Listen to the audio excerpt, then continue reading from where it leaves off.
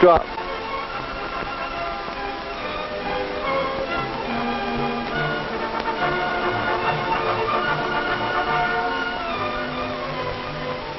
There. That's real balance and poise. The teamwork we're watching represents one of many ways to build balance and poise, along with skill, strength, and general physical fitness. And there are other things to be gained from this sort of activity. And to find out what they are, let's meet some of the members of this group. This is Ernie Allen. Note the well-developed body, no surplus of soft fat. Here's Hal Thompson. Notice his alertness, his bright interest. And meet Jean Taylor. She's a living example of poise and confidence. Anyone in the Acrobatics Club could tell us a story of how much he has gained from it. But we'll concentrate on these three: Ernie, and Jean,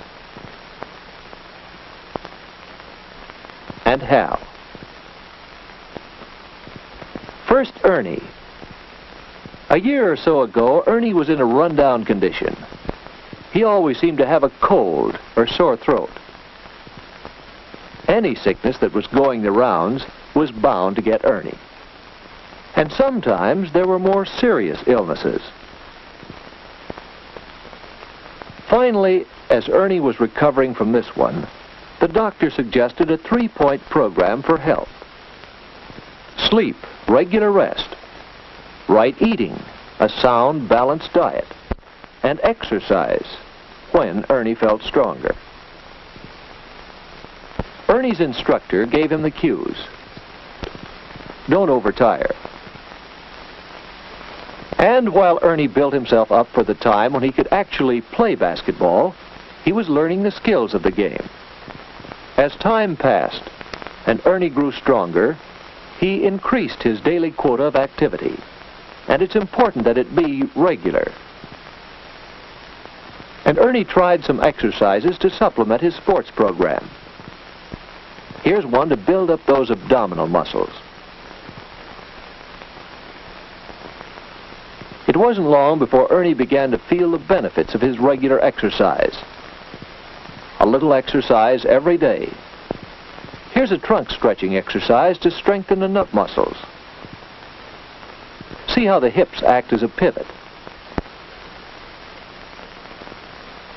Ernie still has a cold now and then, but now that he's stronger, he can shake off illnesses more readily. Ernie found that he could build good health and enjoy it. And certainly everyone here has sound health. Exercise builds good health. What about Jean Taylor? What's her story?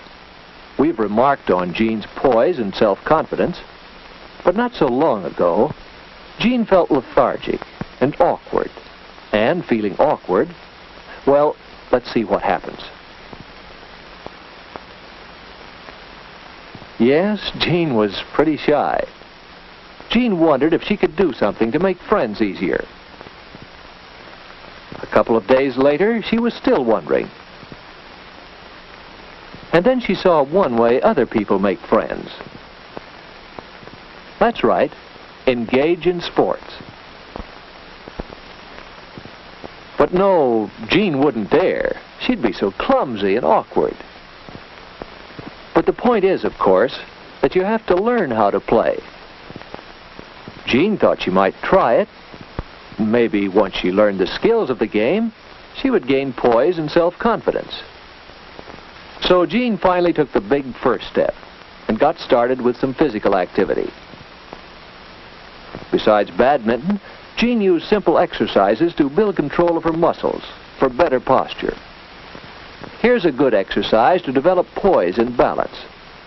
It's called a tour jeté.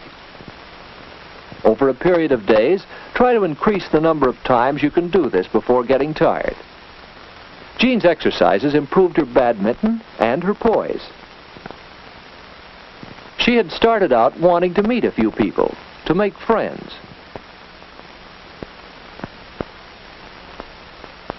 So when Hal invited her to join the acrobatics club, don't think Jean wasn't pleased.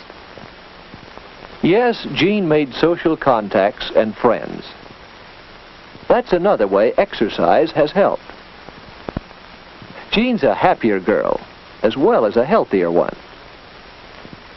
Now, what got Hal started with the acrobatics club? He has plenty of social contacts, and he has enjoyed fairly good health.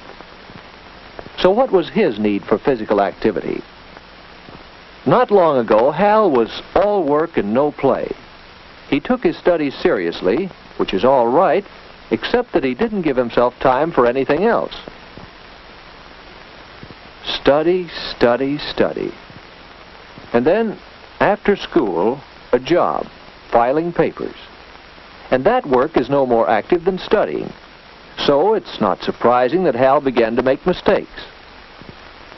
He had a steady diet of thinking, and he had no release for nervous energy. He became tense and irritable. He needed some other activity as an outlet for his emotions. Some activity more strenuous than shutting file drawers and holding books. Hal had to find out for himself that he needed physical activity. Then one day he found this passage. Physical activity can provide excellent release for nervous tensions. Exercise increases the rates of respiration and circulation and serves as a stimulus as well as a release for nervous tension. The pleasing tiredness that follows exercise promotes complete relaxation. Well, to Hal, that meant just one thing. He determined to have a program of exercise. So, after talking it over with his physical education instructor, he learned a few exercises that led him to an interest in tumbling. Try this to stretch the muscle fibers and tendons at the back of your knees.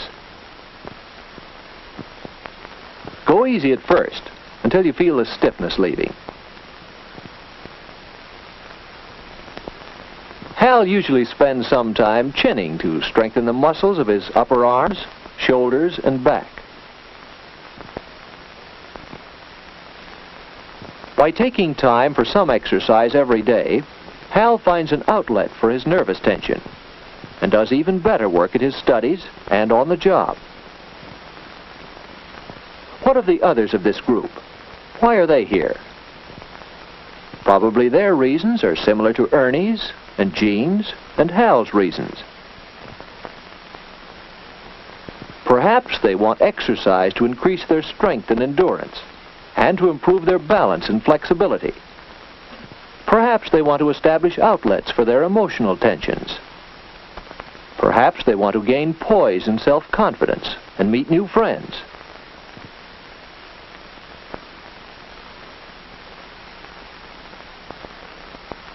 Of course, tumbling is only one of the many ways to obtain exercise. Athletic sports involve team play and team competition, and so are especially good ways of building health and releasing emotional tension.